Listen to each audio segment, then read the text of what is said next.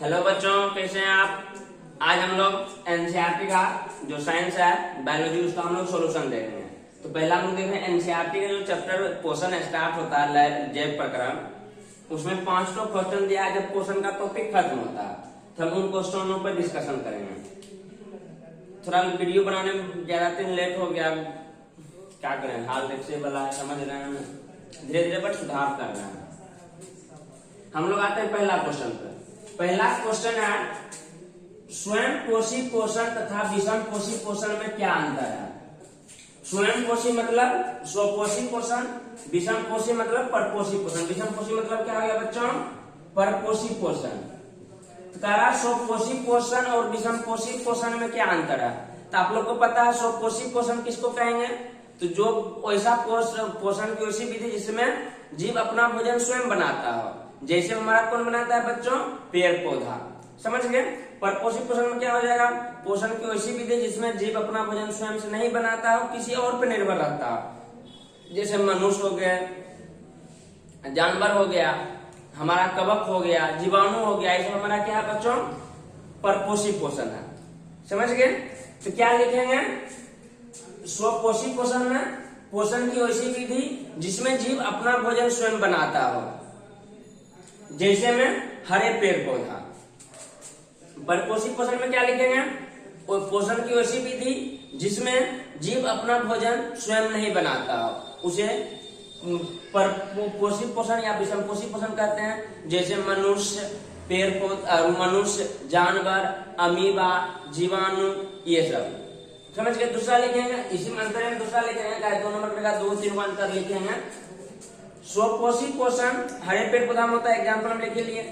विषम पोषी पोषण कहेंगे मनुष्य में होता है, जंतु में होता है, जानवर में होता है, ठीक। उसके बाद लिखेंगे स्वपोषी पोषण होने के लिए क्लोरोफिल अनिवार्य है। स्वपोषी पोषण होने के लिए क्लोरोफिल अनिवार्य है। परपोषी पोषण होने के लिए क्लोरोफिल की कोई आवश्यकता नहीं होती, वो किसी जीव पर निर्भर रहता है।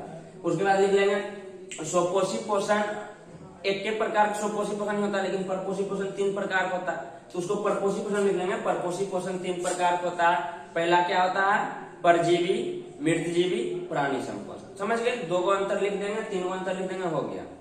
पहला इसमें इसका डिफिनेशन लिख लेंगे, दूसरा लिख लेंगे या सिर्फ हरे पेड़ पौधा में होता है, इसमें पहला हम इसका डिफिनेशन लिख लेंगे, इसमें लिख लेंगे हरे पेड़ पौधा छोड़कर सब जीव जंतु परपोषण विधि से पोषण करता है। समझ गए।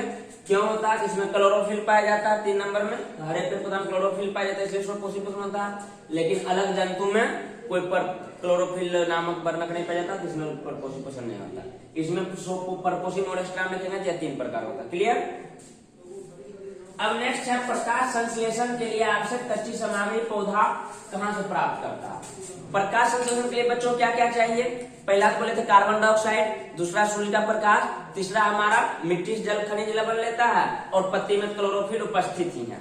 समझ गए। यही सब मिलकर क्या बनाता है, प्रकाश संश्लेषण। तो पहले लिख देंगे प्रकाश संश्लेषण के लिए आवश्यक कच्ची सामग्री पौधा निम्न जगह से प्राप्त करता है। पहला हम लिखेंगे कार्बन डाइऑक्साइड, उसी में एरो देकर लिखेंगे, इसे पौधा वातावरण से प्राप्त करता है। दूसरा हम लिखेंगे सूर्य का प्रकाश, इसे पौधा सूर्य से प्राप्त करता है। तीसरा हम लिखेंगे जल और खनिज लवण, इसे पौधा मिट्टी से प्राप्त करता है। चौथा हम लिखेंगे क्लोरोफिल, ये हमारा पौधे के पत्ती में उपस्थित रहता है। नीचे तब लिख देंगे इन सब की उपस्थिति में पौधा अपना भोजन बनाता है, जिस प्रोसेस को हम लोग, जिस प्रक्रिया को हम लोग प्रकाश संश्लेषण कहते हैं। सिंपल। समझ गए। थर्ड में है हमारे आमाशय में अम्ल की भूमिका क्या है। बच्चों जब आप लोग को पाचन तंत्र बढ़ा रहे थे, हम लोग किए थे भोजन हमारा मुंह जाता है, मुंह गुहा में जाता है। उसके बाद हम लोग चबाते हैं, कूच देते हैं, तब वो ग्रासनिश होते हुए कहाँ जाता है, ग्रास नली में कर्मा कुंचन करते हुए कहाँ जाता है, अमाशय में। अमाशय में भोजन का मरम्मत अच्छे से होता है।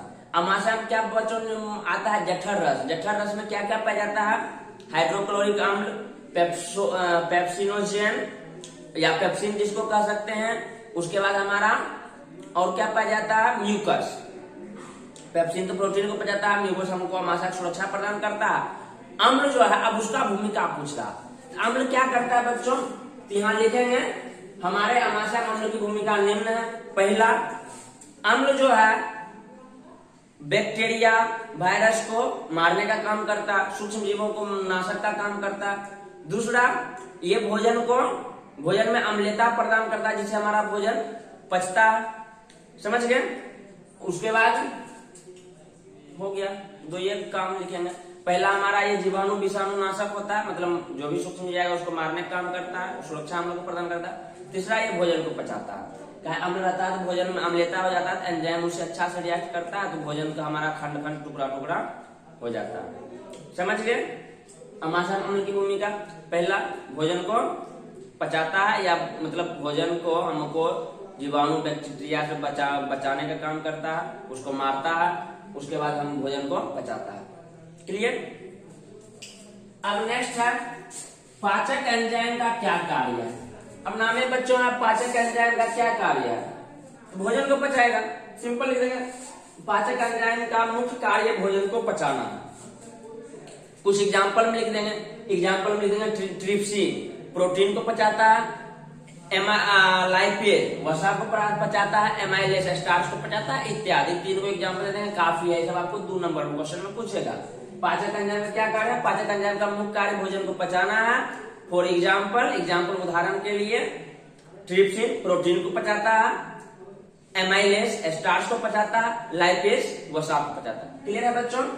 उसके बाद है पचे हुए भोजन को अवशोषित करने के लिए क्षुद्रांत को अभिकल्पित किया गया है। मतलब बड़ा क्षुद्रांत मतलब बच्चों होता है छोटी आंत। क्षुद्रांत मतलब क्या होता है? छोटी आंत, स्मॉल इंटेस्टाइन। क्षुद्रांत मतलब क्या होता है बच्चों? छोटी आंत। अगर आप वो पचे हुए, जब हमारा भोजन पचता है तो उसको अवशोषित करने के लिए क्षुद्रांत को कैसे अभिकल्पित किया गया, क्षुद्रांत को कैसे बनाया गया है? तो बच्चों आप लोग को बताए थे, हमारा जो क्षुद्रांत होता है इस टाइप का उंगली नुमा होता है, जिसको हम लोग क्या कहते हैं? बोलिए। इसमें हमारा रक्त कोशिका जाता है। बोलिए बोलिए, क्या कहते हैं? सही जा रहे हैं। इसको कहते हैं रसांकुर, बिलाई या दीर्घरोम। क्या कहते हैं? रसांकुर भी कहते हैं, बिलाई भी कहते हैं, या दीर्घरोम भी कहते हैं। ये कैसे विकल्पित किया गया है? ये अंगुलीनुमा रचना है। अंगुलीनुमा रचना में ढेर सारा रक्त कोशिका आया रहता है, और रक्त कोशिका पसे हुए भोजन को विसरण विधि द्वारा अवशोषित करता है, और वो पुनः सारा भोजन को कहाँ पहुंचा देता है? कोशिका के माइटोकॉन्ड्रिया के पास पहुंचा देता है। कहता लो भैया, हम तुम्हारे लिए लड़का ला दिए, अब तुम लड़की को ढूंढो, शादी विवाह करवाओ। लड़की हमारा कौन होता है? ऑक्सीजन। आपको उसका शादी विवाह करवाता है, बच्चा में क्या बनता है? तो भर भर के ऊर्जा हम लोग को मिलता है। समझ गए?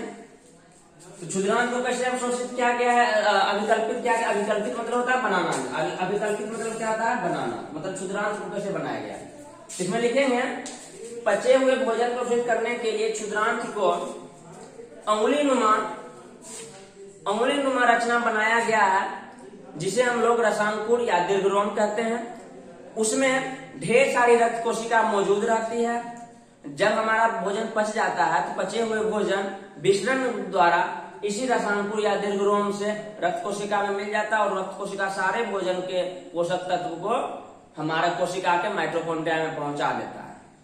बस दैट्स इट, सिंपल। समझ गए? ये हमारा बच्चों, ये हमारा पोषण का 5 क्वेश्चन था। इजी था, बन जाएगा। आप लोग नोट डाउन अच्छे से कर लीजिएगा, बार बार रिवाइज करते रहिएगा। समझना है क्या कर रहा है। स्वपोषी पोषण जो स्वयं पोषण करता है, परपोषी पोषण या विषम पोषी जो दूसरे पर निर्भर रहता है, उसके बारे में अंतर लिखना है। प्रकाश के लाभ से कच्ची सामग्री क्या क्या है और कहां से प्राप्त होता है वो बता दिए। CO2 वातावरण से, हमारा जल मिट्टी से, सन का प्रकाश सूर्य के प्रकाश से मिल रहा है, और हमारा क्लोरोफिल उपस्थित है। हमारा अम्ल की भूमिका क्या है? एक तो जीवाणु विषाणु को मारने का काम करता है, सुरक्षा प्रदान करता है, दूसरा भोजन को पचाता है। पाचक एंजाइम क्या काम पचाना ही है, जिसमें एग्जाम्पल ले देंगे ट्रिप्सिन, एमाइलेज, उसके बाद लाइपेज, उसके बाद माल्टेज भी था, लैक्टेज भी था, बहुत सारा था। 2-3 एग्जाम्पल आप ले लीजिएगा। हम पिछले क्लास में सब चीजें बताए हैं इसका पोषण का जो है बचे हुए भोजन को करने के लिए क्षुद्रांत कैसे करते हैं। आई होप कि बच्चों आपको ये समझ में आ गया होगा। बस 2-4-5 मिनट का लेक्चर है, आप लोग अच्छा क्वेश्चन बना लीजिएगा। तब तक के लिए बच्चों जय हिंद।